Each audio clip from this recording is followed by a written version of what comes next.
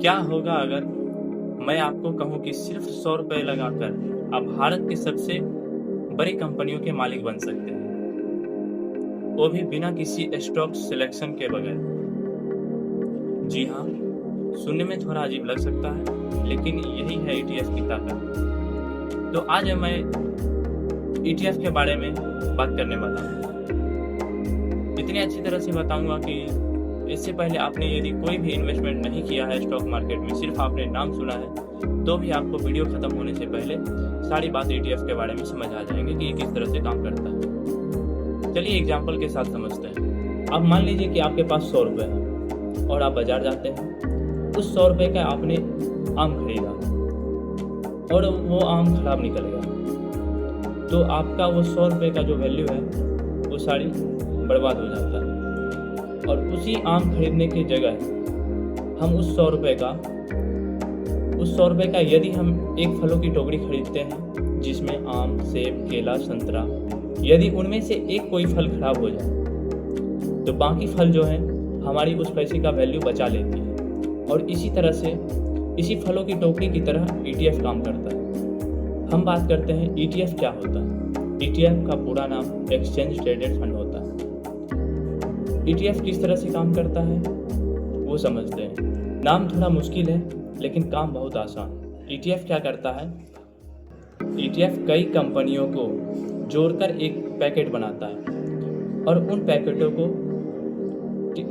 Packet के छोटे छोटे हिस्से को इन्वेस्टरों को बेचता है, जिसमें हम लोग निवेश करते हैं। यानी आपको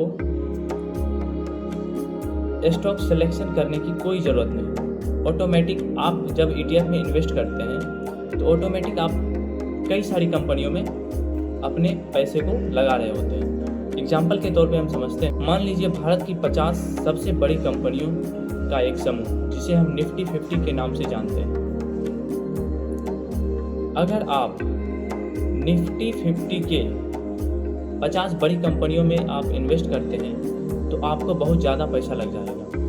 वहीं आप निफ्टी ईटीएफ में इन्वेस्ट करते हैं तो आप एक ही इन्वेस्टमेंट में कई सारी कंपनियों में इन्वेस्ट कर देते हैं, वो भी बहुत कम पैसे में। यानी एक खरीदो 50 पाओ। अब हम बात करते हैं ईटीएफ बिगनर्स के लिए क्यों इतना ज़्यादा लोकप्रिय है।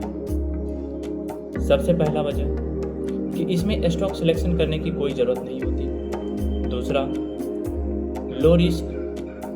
तीसरा, एक इन्वेस्टमेंट में अपने पैसे को आप कई सारी कंपनियों में डिवाइड कर देते हैं, जिससे यदि कोई एक कंपनी खराब होता है, यदि ये गलत सेलेक्ट हो जाता है तो भी आपका पैसा सेफ हो जाता है। सेफ तो नहीं बोल सकते, लेकिन स्टॉक सिलेक्शन के मुकाबले ये थोड़े अच्छे होते हैं, लो रिस्की होते हैं। आपको दिन भर स्टॉक मार्केट देखने की कोई ज़रूरत नहीं पड़ती। अब बात करते हैं कि इसमें प्रॉफिट कैसे होता है। मान लीजिए आपने कोई ईटीएफ आज 100 रुपये में खरीदा, एक साल बाद उसकी वैल्यू 150 रुपये हो जाती है और आपने उसे बेच दिया, तो आपको 50 रुपये का बेनिफिट हो जाता है। यानी जैसे जैसे कंपनी की वैल्यू बढ़ती है वैसे वैसे ईटीएफ की वैल्यू बढ़ती है। इसका मतलब ये नहीं है कि आप पूरी तरह सेफ हैं, यानी कि मार्केट के ऊपर डिपेंड करता है कि आपका कंपनी जैसे बढ़ेगा वैसे आपकी पैसे की वैल्यू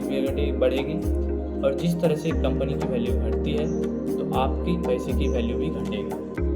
फर्क सिर्फ इतना है कि किसी एक कंपनी में पैसे लगाने की तुलना में ईटीएफ में पैसे लगाने से आपको रिस्क थोड़ा कम हो जाता है, क्योंकि ये कई सारी कंपनियों में पैसे को बांट देती है। याद रखिए, अमीर लोग सिर्फ पैसा कमाकर अमीर नहीं बनते, वो पैसे को काम पर लगाकर अमीर बनते हैं। और ईटीएफ उनमें से एक आसान तरीका है कि एक आम आदमी भी निवेश की दुनिया में कदम रख सकता है। यदि आप इन्वेस्टमेंट करना चाहते हैं लेकिन आपको समझ नहीं आता कि कौन सा स्टॉक चुने, तो आपके लिए ईटीएफ एक शानदार ऑप्शन हो सकता है। एक स्टॉक नहीं खरीदें, पूरी की पूरी टोकरी खरीदें ताकि लंबे समय तक अपने पैसे को ग्रो करते हुए देखें। धन्यवाद। उम्मीद करता हूँ आपको ये बात पूरी तरह से समझ आई होगी।